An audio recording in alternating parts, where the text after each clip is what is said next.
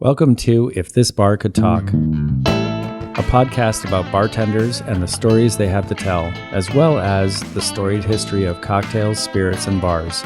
I'm Blair Beavers, and here's your host, Leanne Sims.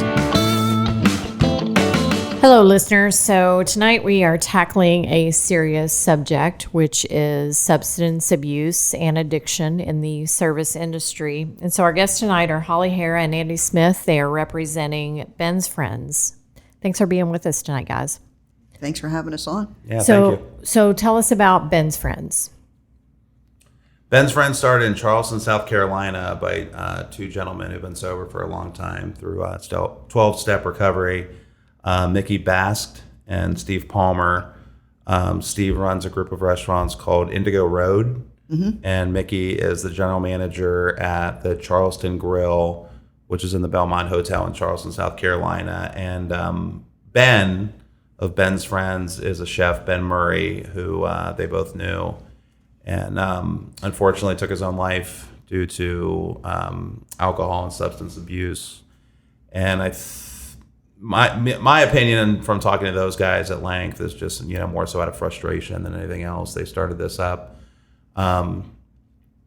to maybe make 12-step recovery just a little bit more inclusive, because restaurants are a little more susceptible to this kind of thing. Bartenders, servers, managers, kitchen.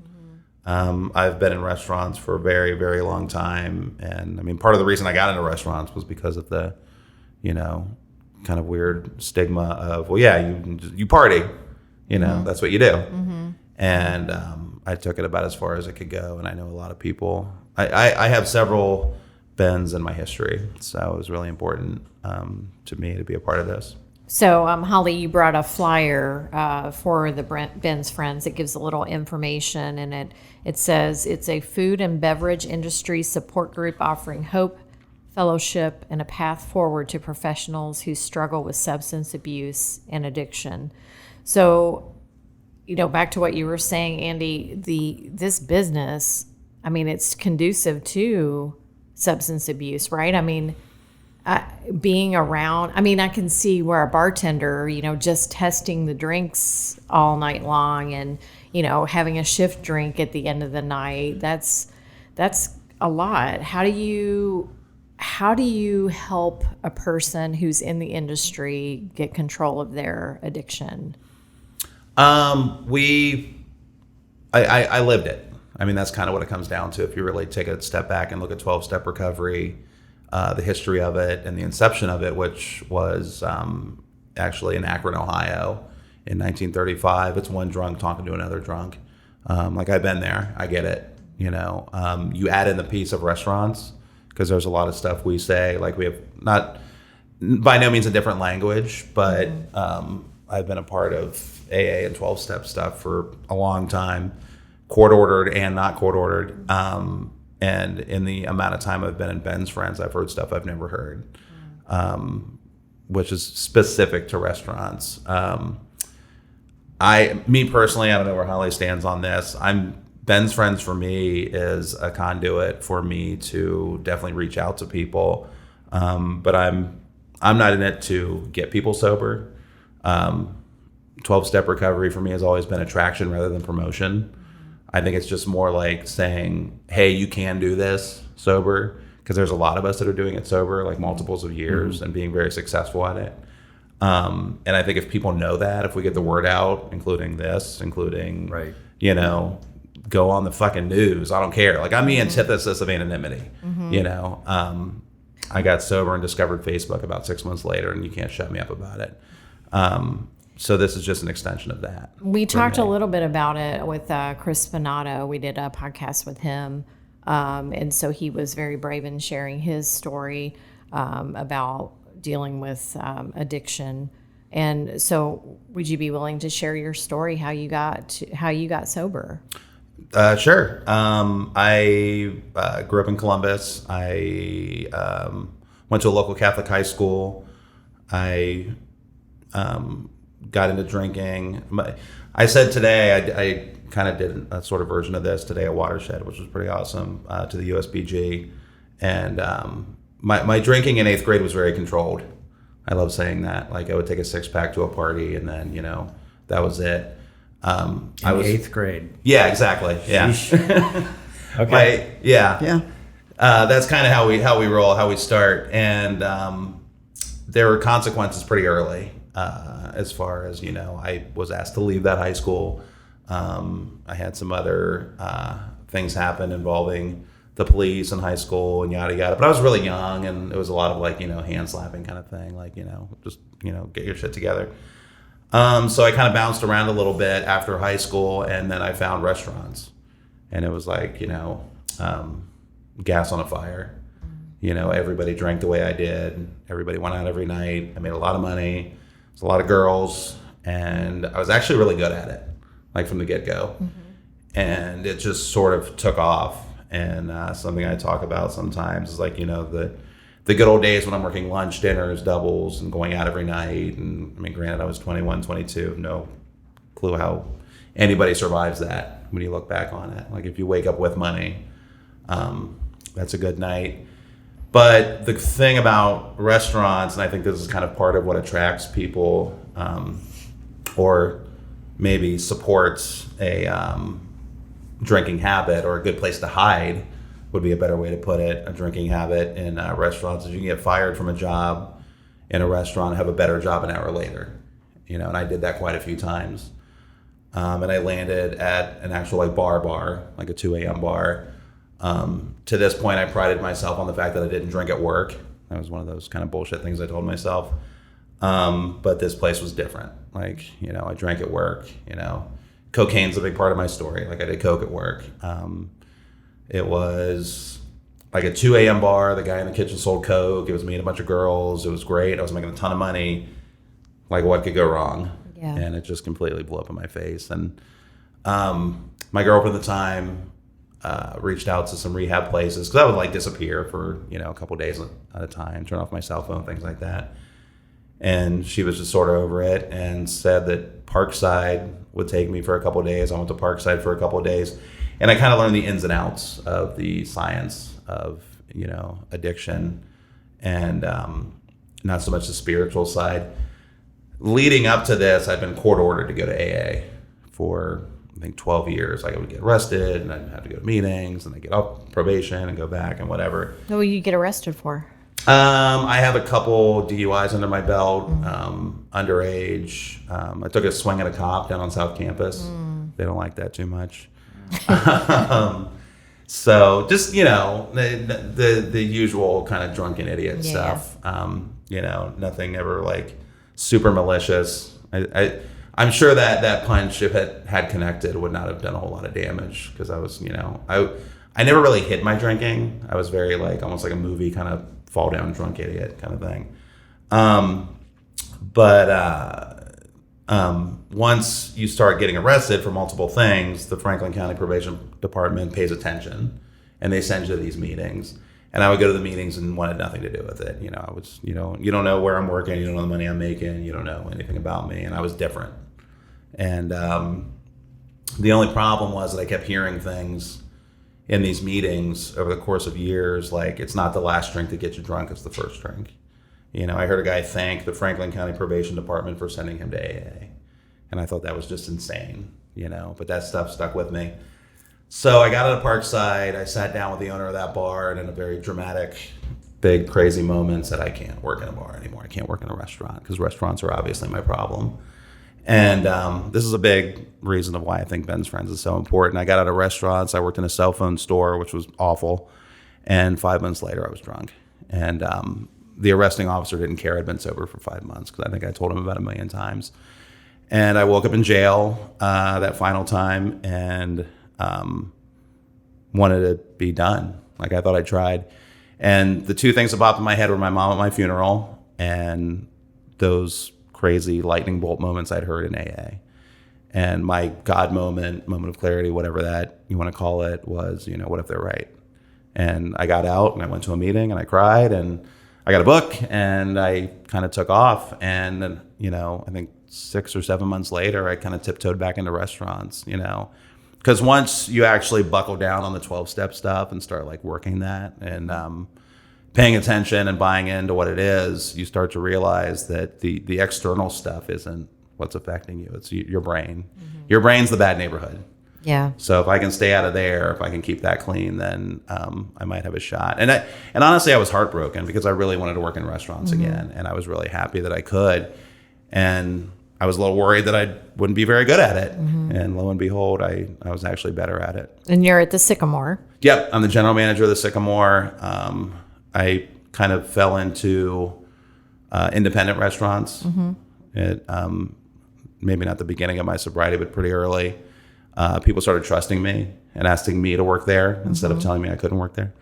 My friend Ashley Sadler. That's always a good sign. Yeah, it made me feel kind of good. Reached out to me and asked if I wanted to work at the Burgundy Room, and I did, and that led to working at Sage American Bistro, which led to Sycamore, which led to meeting, all these people in independent restaurants, and it just sort of like took off from there, and it was pretty cool actually. It's none of that. I wouldn't be sitting here without being sober first, and all that other stuff second.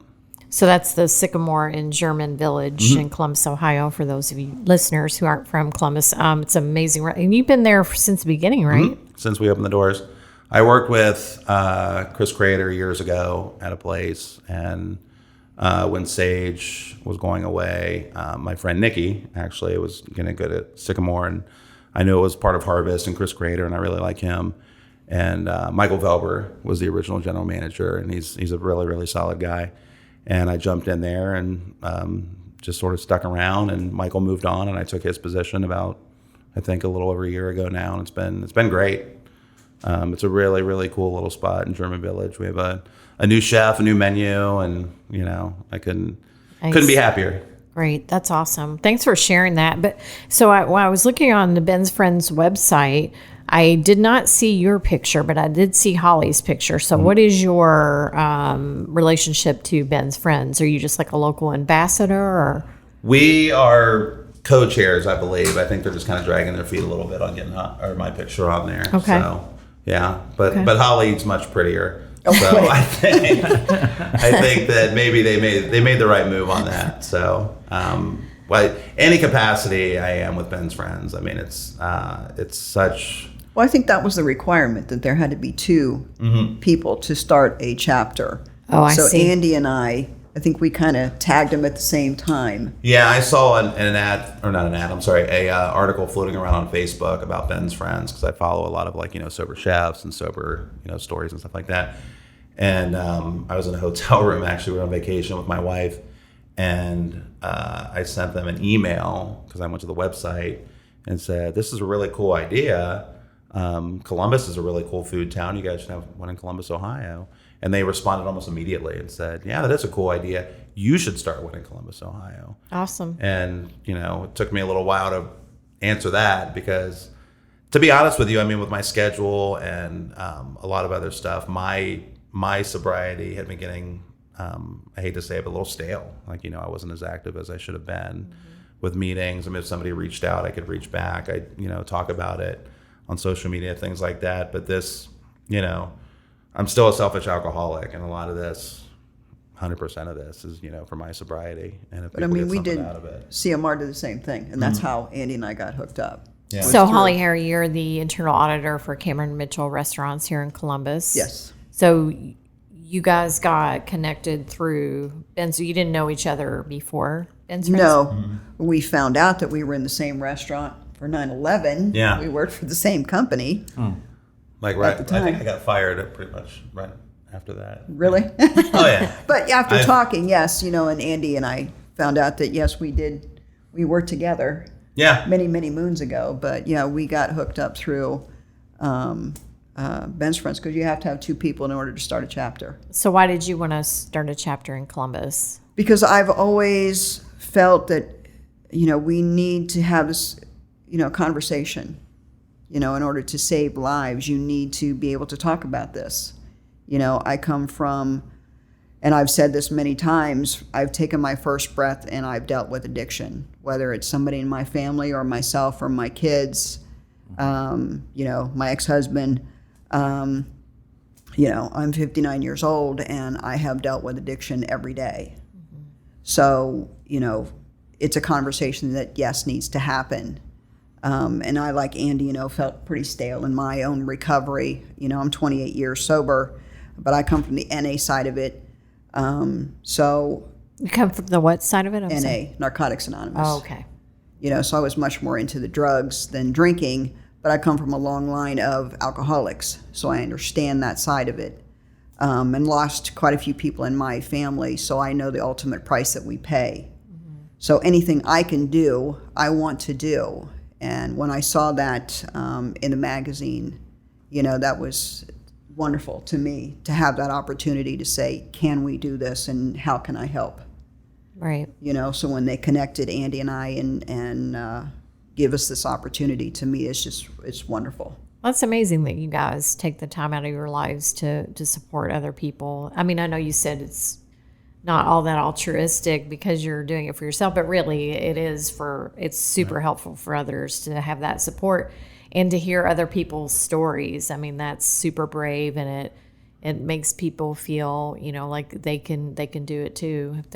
If you can do it, they can do it, and if they have the support, because I'm sure that's a huge part of it, right? The support. The community. I mean, I can't imagine being a bartender and watching people drink all night long, and then that just seems so hard. But on the other hand, like you were talking about how you would drink and use drugs, restaurant work is fucking hard. Like, how did you even do that sort of work?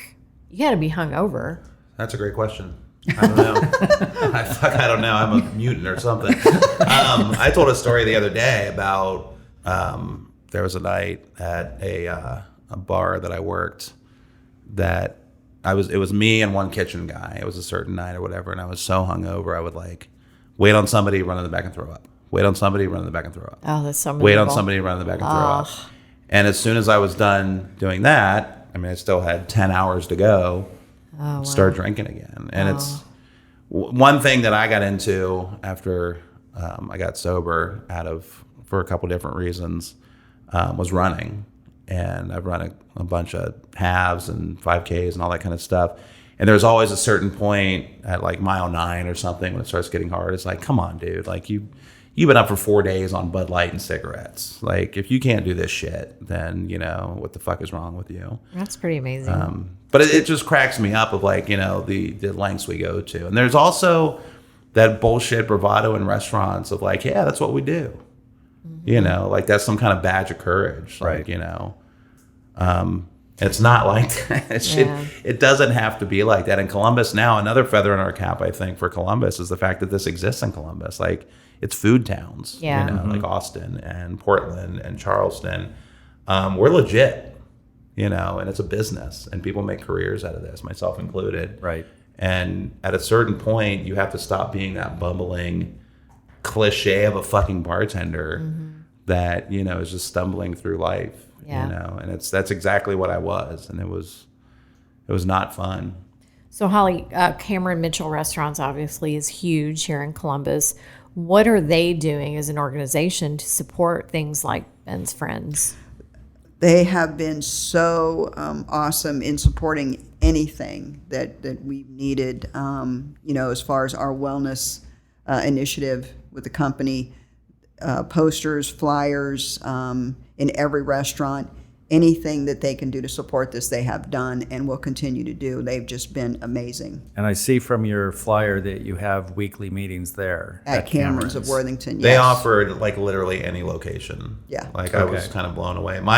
I'm used to, you know, I got sober in church basements with shitty coffee and like everybody puts $1 in the basket. These guys, it's a nonprofit where if anybody wants to donate, it's bensfriends.com. Yes. But it's amazing to me, especially getting Cameron Mitchell involved, where once I heard that, because I didn't know Holly was involved, but once Mickey told me that they were getting involved, I was like, oh, this is for real. That's cool. I wanted to have meetings at my house. And he was like, no, you don't understand. Like this is going to be big. And I'm like, all right, yeah, let's do it. So how many people are coming out on a weekly basis? Well, we're averaging, 20 to 25 And we're getting new people every week, plus return. I mean, it's just been amazing. And the feedback that we're getting, everyone is so grateful that this exists. This program, what it's based on, and it's not, shoving something down anyone's throat. It's just a place to come and have a conversation, and it's safe. And that's what everyone, is appreciative of. It's easy. It's comfortable. It's just having a conversation about, whatever topic you want to talk about. We don't exclude anyone. It seems it's just building community. It is. as well, which is always good. It's Yeah, one it's addict just- helping another. 100%. It's like I would like to think that if this existed back when I was, And we hear that a lot, don't we? yeah. Where was this 5 years ago? Yeah, I would like to think that I would have taken advantage of it, but I probably wouldn't have, because it's just you can't. We're not gonna go out on the street and recruit people. We're not gonna go out. You got to get sober. You got to get sober. No. That's we'll banging hand out a your head flyer. against the wall. But this is a start, and there's also an aspect to it. Having been a manager for a minute, and it's not my first time being a manager. I've been on the other end of it. I've had to fire people because of this. We've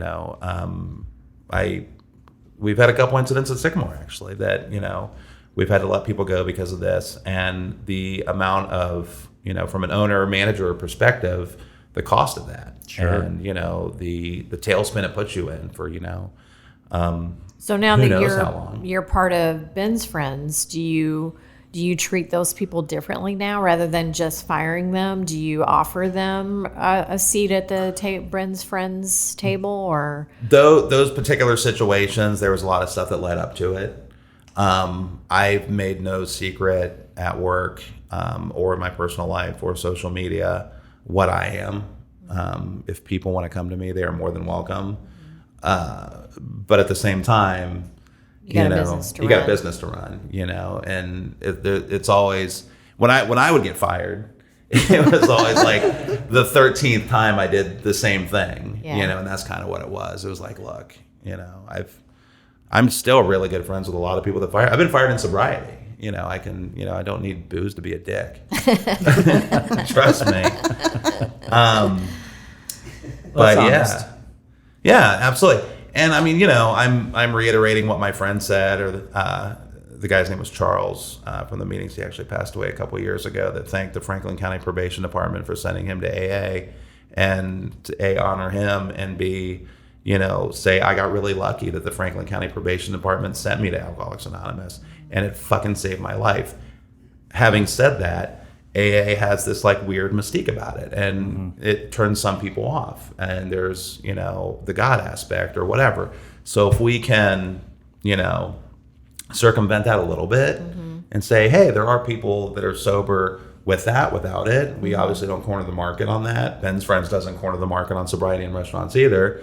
But show up. I mean, the fact that you walk in the door at Ben's Friends at 11:01 on a Sunday, because it's 4 people at 10:59, it's 40 at 11:01, like every AA meeting I've been to. Right. It's all good. That you want to do something different, and if there's somebody there, like we have a phone list for men, we have a phone list for women. We're starting to do events like yoga and eventually running. And Chris Delavi wants to do. I didn't tell you this. Wants to do like a let's make virgin drinks contest kind of thing. Yeah. Like it's so amazing Great that idea. so many people like whatever you need. Like the food's been really good too. We've had some pretty prominent places in town, or just whatever you need. It's for restaurants, so yeah, we don't just have coffee, do we? Right. And it makes sense that they would want to promote this And support it. Yeah, Yeah. absolutely. And support their own staff Yeah. by doing that. Yeah, I love the mocktails idea. I wish we'd have thought of that and made a mocktail for tonight, but we didn't. No, don't worry about it. But One thing they don't talk about in AA is how cheap you get when you get sober.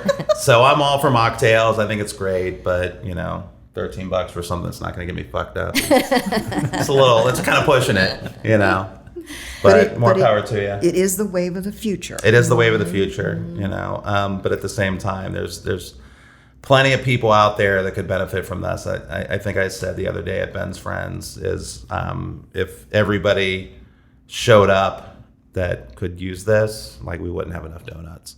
I mean, there's a kajillion restaurants in Columbus, and we have 22 people, 25 people.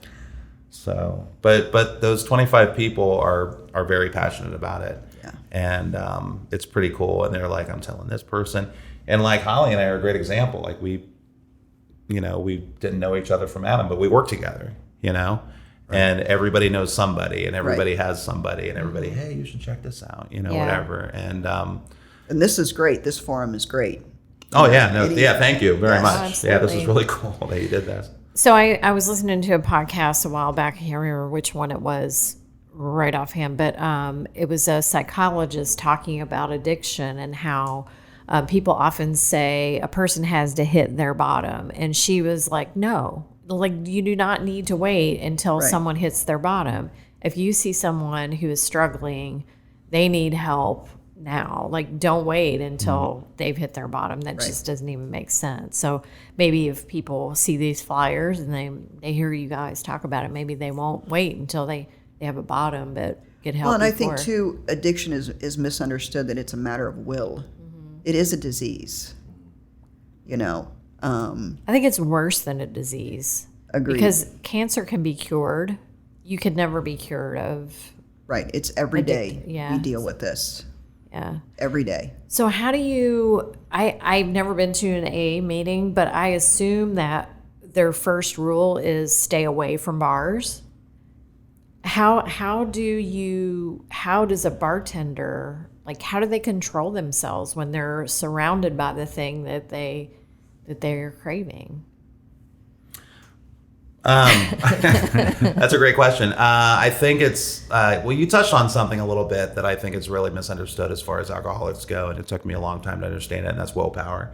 And I think I would argue that willpower for alcoholics, something like me, whatever X gene I have, the willpower to keep digging to your bottom in your life with parents, teachers, girlfriends, probation departments, telling you to stop, that takes a lot of fucking willpower. And if you can adjust that willpower towards something good, like not drinking or improving your life, like it stops. The secret about AA, in my opinion, or sobriety in general, is that it stops being about booze pretty early. Like, it made sense for me to stop drinking. What doesn't make sense is the fact that I still want to be a dick. So I need to work on that part. But I think that just kind of falls in line of when I said restaurants are my problem, looking at these bottles. I mean, I could literally leave here and go to BP and buy a 6-pack right now. Like, what's the difference between that and working in a restaurant? To me, it's a product. To me, it's pays my rent. I can still pair stuff up with wine. When I was promoted to general manager, I was also somewhat in charge of like the beer list, the wine list. I have nothing but willing tasters at my disposal, kind of thing. I've been doing this long enough. I'm pretty tight with like the purveyors and the wine reps and all that kind of stuff. And they get it, they get it. I'm not a taster spitter kind of thing. It's just, as far as wine goes, I don't think there's a lot new under the sun. And I might be I might be kind of shortchanging myself a little bit in that, but I'm okay with it too. And once I'm done with that, then I'll move on. But as far as working in a bar, I think the stress would be more important than the actual like alcohol. But in the craft cocktail culture that is really growing, especially here right now, they're like chefs of the glass, and so they don't want to serve something unless they straw taste it first. And we actually asked Chris Spinato about that. How do you do that? What did he say? He just has tried and true recipes that other people have tasted, and so he knows the exact measurements. Yeah. So I like him quite a bit. He's become a really good friend. I'm a bartender. Was a bartender, former bartender. The mixology thing fascinates me. I think it's really cool, some of the stuff these people are doing. And I'm pretty hands-off on it. There's certain places I couldn't work. I know that. There's certain environments I wouldn't want to put myself in. Sycamore is definitely my vibe. But as far as that goes, I'm not sure how to answer that. I think that'd be a question for somebody else, but I bet they could taste it, all the modifiers and taste everything first before it goes. You add the liquor to it. I'm sure Right. that would be a way around that. But yeah, that would be tough. So Anthony Bourdain's suicide. I mean, I don't think it's ever been said that it was because of his substance abuse, but he did have substance abuse issues in his past. Do you think that is sort of intensified and like brought this to the light, that it's Oh, I think it definitely had an effect. Absolutely. And I don't think they disclosed the chef that just passed away, what was it, last week. I don't think they disclosed what happened to him either. You know who I'm talking about? yeah. Oh, I can't think of his name right now, but Local? no. New Like York. a famous Yeah, famous New chef? York. Oh, I didn't hear that. Who passed away suddenly, but they haven't disclosed what happened. I think the stress of the industry, again, being able to have the conversation that these effects, have on people, we need to be able to talk about this. And this is one of the things, that I'm grateful for. We are opening up about suicide and substance abuse. These conversations need to happen because of the effects that, on our lives. Yes. Carl Ruiz. Yes. Did they say what happened to him? No. If we It don't says the talk, cause of death has not yet been determined. right. If we don't talk about these things, we can't, we can't bring it to light. We can't fix it. We can't, there's no communication. It's hidden. It's like suicide. There's a stigma to suicide, that you're automatically crazy. Suicide is an act of desperation. It's not an act of a crazy person. It's someone who's desperate enough to want to end their life to kill the pain. So we need to talk about it. All these teenagers, there's an epidemic with teenage suicide. We need to have the conversation. Same thing with addiction. It's not, this person that's on the street that everybody thinks it's a bum. We need help. Yeah. But I say too, like, I think he was sober at one point, maybe Anthony Bourdain, Yeah. or Yeah. wasn't sober or whatever. I mean, the struggle doesn't stop once you put the booze down. No. I mean, that's why the 12-step recovery community exists. That's Like, what I mean. You have to figure out Yeah. why you're self-destructing. Why are you depressed? Why are you doing these things to yourself? So then with Ben's friends, if you have someone who decides that they want to come and they want to seek help, do you then, as part of this organization, do you refer them to places for help? We have material that we can offer them, for further assistance. Yes. Okay.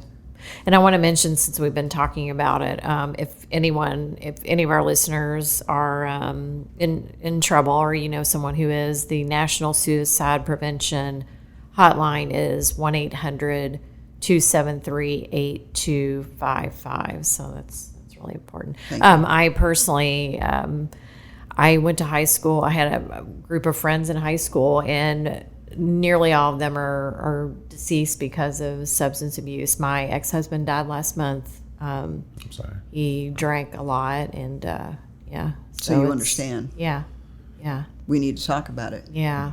So it's important to get help before you, like we said, hit your bottom.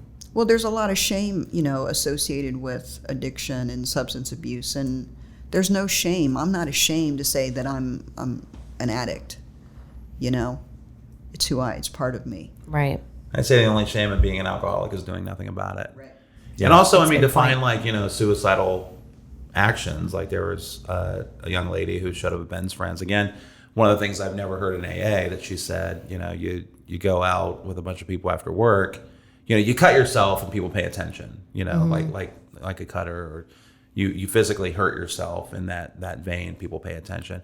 But you go out and get hammered every night, and you get in a fight and you get arrested, people kind of think you're cool. Yeah. And that's you're still hurting yourself. You're still making yourself less than. And I totally get that. And I've never Slowly heard that. killing yourself. In the years of AA, I was like, man, and I think she's like 22 or something. I'm like, that's really fucking smart. Yeah. Because I was bent on destroying myself. And my personal opinion about rock bottom, I think it's a bit of a misnomer because so many people say hit your bottom, hit your bottom. The only real bottom I've seen is death. You're dead. Right. Like I've seen people in the years I've been part of AA and restaurants for that matter. I've seen people come back from some pretty serious shit to full time. And that's another big reason I'm part of Ben's Friends is I've been lucky, really lucky actually, to watch people, figure it out to get sober. And since my community is restaurants, I've seen a couple restaurant people get sober, and that it's literally a miracle, to watch that. For me, when I stopped drinking and started figuring shit out, I still refer to it as me just finally doing the right thing. But to watch somebody else do it, it's unbelievable. It's pretty cool. So is your wife, is she sober or is she? She's not. She, I think the first thing she ever heard about me before we got together was that I didn't drink, and that she actually kind of liked that. So awesome. But she gets it. She totally gets it. She was at the first Ben's Friend meeting. Yeah, she's. So does she drink? Can she drink around you? Like, tell me about that. Like, how do we as drinkers? Does it bother you if we? No, not at all. I mean, especially working in a restaurant, it pays my rent. She's definitely not a problem drinker. Mm-hmm. She's, I officiated a wedding for a couple. Jack is the chef at Watershed, and Nikki is the head of sales for Watershed. So it was like a Watershed event. And she had a couple, I'm not gonna lie to you, but at the same time, I'm there, and yeah, everything's safe. Yeah, That's cool. I'm an Uber for life. It's actually a cool thing. Can I get your number? Sure, yeah, absolutely. But no, that's never really been an issue for me. We've been married 2 years. Today's our anniversary. Happy anniversary, Elizabeth. But thank you, Elizabeth, for letting me be here. Yeah, seriously.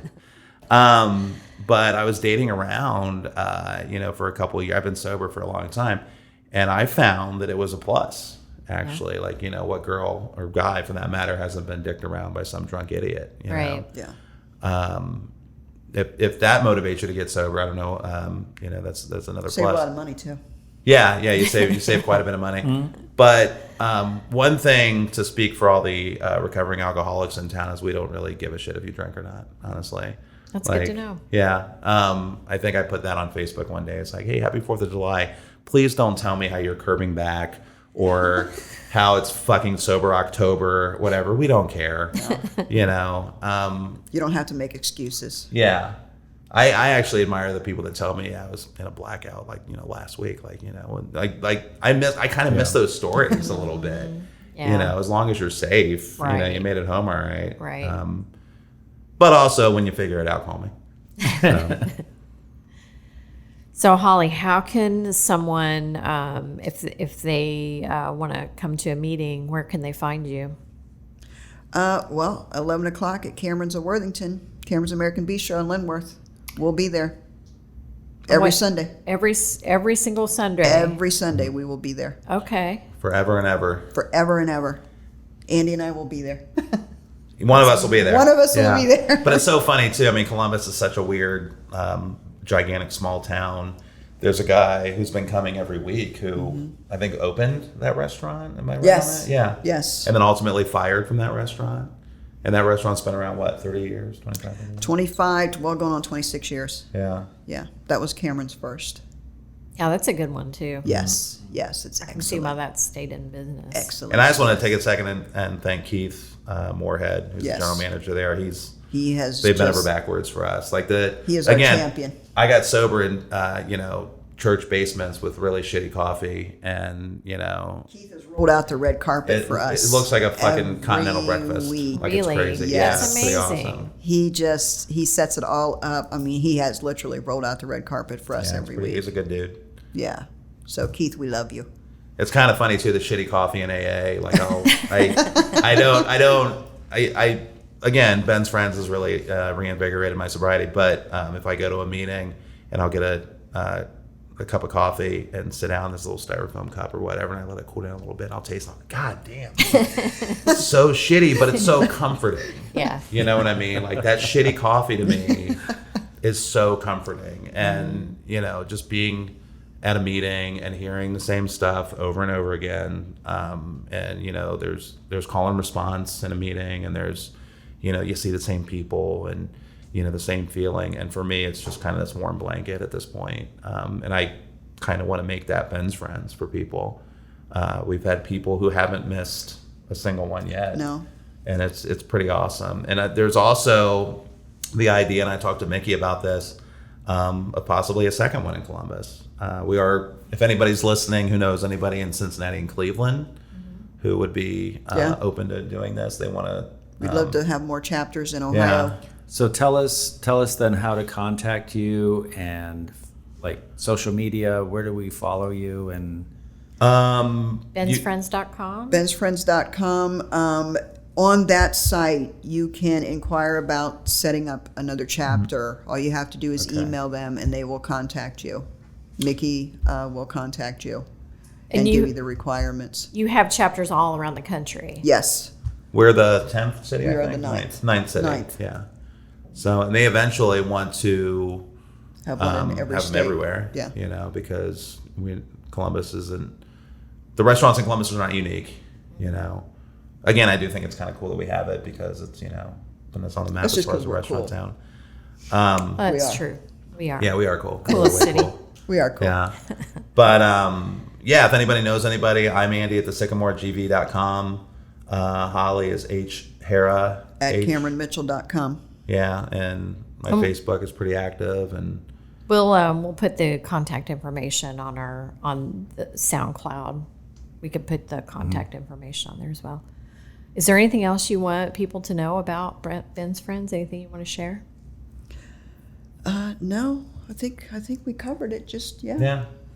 I mean, it's a pretty amazing thing. It's you won't leave a meeting feeling bad. No. I mean, there's some pretty inspiring stuff that happens there. You know, speaking to my wife again, there's a Thanksgiving meeting every year at a church up in Worthington where you go and everybody shows up, and you get a ticket when you first walk in the door. And if they pull your ticket, alcoholic or not, you go up and say what you're thankful for. And I'm getting kind of emotional, sorry.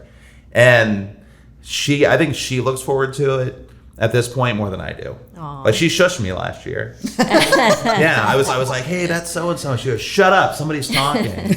And it's just this huge thing. And you see people that go up there and they'll tell funny stories about our history, you know, whatever. But then you see a little girl go up and say, thank you for giving me my mother back. Aw. And it's that's awesome. rips your heart out. But it's That's so great. cool because this is a tangible, miraculous thing that's happening, you know. And if we can do that for restaurants in Columbus, which is also my family. Well, and that's It's what pretty what amazing. we're hearing when we, go to the meetings, when we have the meetings that people are saying, where was this, 4 or 5 years ago? Well, we're here now, and we'd love for you to come. Yeah. So, Holly, absolutely. what's your story? Do you want to share your story? If you don't want to, that's fine. Well, again, I've been dealing with addiction since I was, born.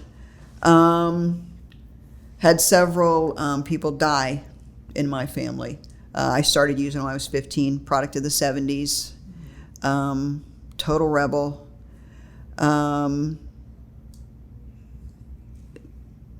Lost my father when I was 18 to a gun and alcohol. Sorry. I know that's hard. Thank you for sharing that. I got married to a pretty nasty person. Used for quite a few years to try and kill the pain because I lost 3 in 3 years to untimely deaths and alcohol. So by the time I decided I needed help, I couldn't feel anymore. And my stepfather got me to NA and therapy. And I'm 28 years sober. Oh, that's amazing. That's great. Congratulations. That's really amazing. Thanks. That's amazing. Well, it's wonderful what you guys are doing. It's amazing and so needed, and you guys are heroes. So Seriously. keep it going. Great work. Yeah. Thank you. wonderful. I appreciate you saying that, but I'm not sure I see You it. are. You are. We I'm just trying to, yeah. we just want to help. Yeah. yeah. That's Yeah. our goal. We just want to help. Well, there's a lot of people who want to help but don't, and you guys do. Right. So that's Yeah. the difference. So You know, that's for And us. I think there's a it's- lot of people who might hear this that want to help out, and you are more than welcome to show up. You know, Yeah. bring cupcakes, bring whatever. Well, and Yeah, we'd we're love, open. you know, we'd love to get enough. We have 2 meetings, you know, a week, and that would be great if we had another location. Yeah, we've had a lot you of know. people offer like, hey, if you ever need another space, it's pretty cool. Like it's such a cool program and so needed that so many people kind of stepped up and said, we don't know what to do, but whatever you need, let's Yeah. do Yeah. it. So wonderful. And I kind of felt the same way for a while about restaurants, and this thing came along at exactly the right time. And it's so cool what they're doing, and it's taken off, and the reception in Columbus is unbelievable. Yes. And a big part of it is getting the word out. So thank you Yeah, guys. absolutely. I know this isn't your usual topic. No, it's But it's so wonderful. needed. Yeah. It really is. It is.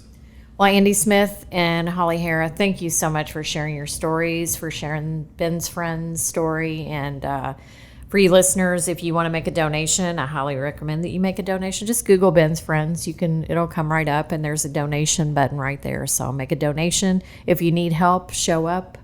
And if you want to help, show up. Yeah.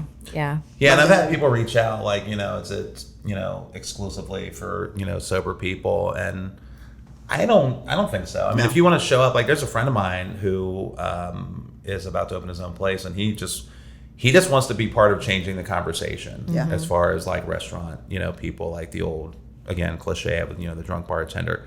Yeah. So he's there to help with that and learn from us, really. Right. And I think that's awesome. We have a couple people who, I think Courtney has like a master's in social work, and they're just like, what can we do? How can Right. I give resources as far as like domestic abuse, or if you're pregnant, or if you, whatever. Like it's, this thing just kind of the outreach aspect is pretty cool. That's So, amazing. That's Columbus. Right, People it are is. so willing to help, and that's the great thing about our city. One of the great things about our cities. yeah, it's pretty amazing. And we circle the wagons when it comes to restaurant people. I don't know if you guys have talked about Topher Gunter on here. We have not. Okay, the kid that He is a friend. Yeah, it's like right now people are kind of like between the GoFundMe. So and the tell support us for him. what this is. He is a kid who's kind of bounced around restaurants for a while. I worked with him at Sage and Burgundy Room. He's one of the bike kids, DJ, all that kind of stuff. And he was hit by a car, I think Tuesday last week. Yeah. Wow. And got him pretty bad. And he's been in the ICU for, well, I guess Since like- then. Yeah.